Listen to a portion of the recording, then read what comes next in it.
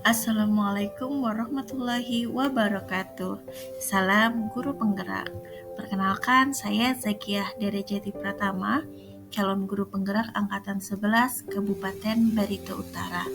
Saya mengajar di SMA Negeri 1 Montalat. Pada video kali ini saya akan menyampaikan koneksi antar materi, kesimpulan dan refleksi modul 1.1. Kesimpulan dan penjelasan mengenai filosofi pendidikan menurut Ki Hajar Dewantara, diantaranya menuntun segala kodrat yang ada pada anak-anak agar mereka dapat mencapai keselamatan dan kebahagiaan yang setinggi-tingginya, baik sebagai manusia maupun sebagai anggota masyarakat. Ini merupakan pengertian dari pendidikan. Peralatan pendidikan yang pertama yaitu memberi contoh, kedua pembiasaan, ketiga pengajaran, keempat perintah, paksaan, dan hukuman, kelima tindakan, keenam pengalaman lahir dan batin. Cara-cara tersebut tidak perlu dilakukan semuanya, bahkan ada kaum pendidik yang tidak sepakat dengan salah satu cara. Misalnya para pendidik dari pihak pendidikan bebas. Mereka tidak suka memakai alat nomor 4 berupa perintah, paksaan, dan hukuman. Seringkali pendidik menggunakan salah satu cara saja dan pada umumnya disesuaikan dengan keadaan-keadaan tertentu. Misalnya disesuaikan dengan umur anak-anak didik. Dasar pendidikan. Pendidikan adalah tempat bersemainya benih-benih kebudayaan masyarakat. Ki Hajar Dewantara memiliki keyakinan bahwa untuk menciptakan manusia Indonesia yang beradab, maka pendidikan menjadi salah satu kunci utama untuk mencapainya. Pendidikan dapat menjadi ruang berlatih dan bertumbuhnya nilai-nilai kemanusiaan yang dapat diwariskan. Yang kedua, pembelajaran fokus pada capaian pembelajaran kognitif siswa. Saya jarang berpartisipasi atau memberikan dukungan secara menyeluruh kepada peserta didik di luar kegiatan non-akademik. Yang ketiga yaitu faham membimbing yang bisa dibimbing. Hal ini saya lakukan karena saya mudah berputus asa dalam menangani anak-anak yang memiliki masalah, apalagi apabila nilai-nilai kehidupan yang dianut anak tersebut jauh dari nilai-nilai yang saya yakini itu benar. Yang keempat, mengutamakan nilai akademik.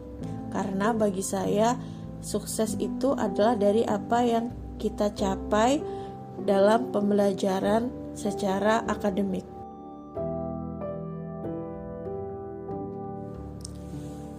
Sesudah saya memahami nilai-nilai filosofis Ki Hajar Dewantara, saya mulai mengubah cara pandang saya terhadap anak-anak. Sekarang saya memandang anak-anak dengan nilai-nilai pengajaran dan pendidikan. Anak merupakan jiwa yang merdeka secara lahir dan batin, sehingga dalam memberikan tuntunan, selayaknya guru mempertimbangkan kekuatan diri dan kodrat anak sesuai kodrat zaman dan alam. Tumbuhnya anak itu terletak di luar kehendak pendidik. Kemampuan pendidik sebatas menuntun tumbuh atau hidupnya kekuatan itu. Anak-anak itu sebagai makhluk manusia dan benda hidup, sehingga mereka hidup dan tumbuh menurut kodratnya sendiri. Kita kaum pendidik hanya dapat menuntun tumbuh atau hidupnya kekuatan-kekuatan itu agar dapat memperbaiki lakunya, bukan dasarnya.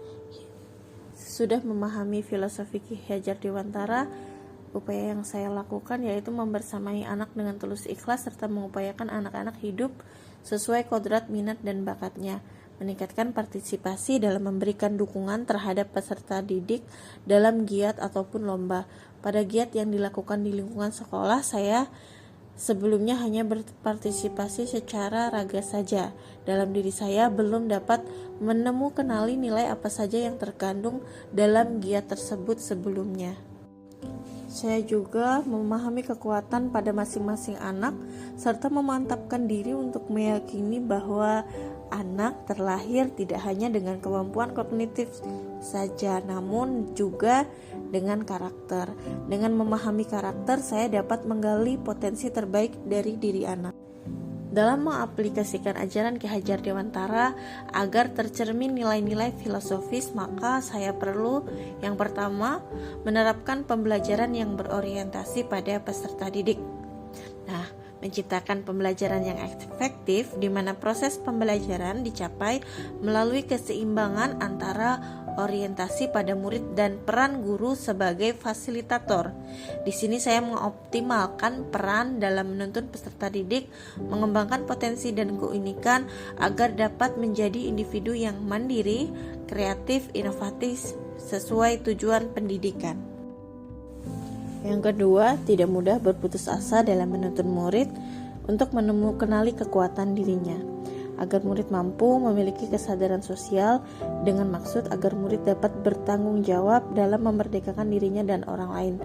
Dengan tidak mudah berputus asa, maka upaya saya menjadikan murid yang humanis, penuh kasih sayang, memiliki hati yang bersih dapat tercapai. Yang terakhir, menggali nilai-nilai pengajaran di sekitar yang dapat diinternalisasi dalam pembelajaran. Budaya dan kegiatan sosial masyarakat di lingkungan sekitar dapat dijadikan kegiatan pembelajaran dengan menggali nilai-nilai budi pekerti yang dapat ditanamkan pada anak, seperti dalam budaya Besaruan di mana silaturahmi antar warga masyarakat dapat terjalin harmonis.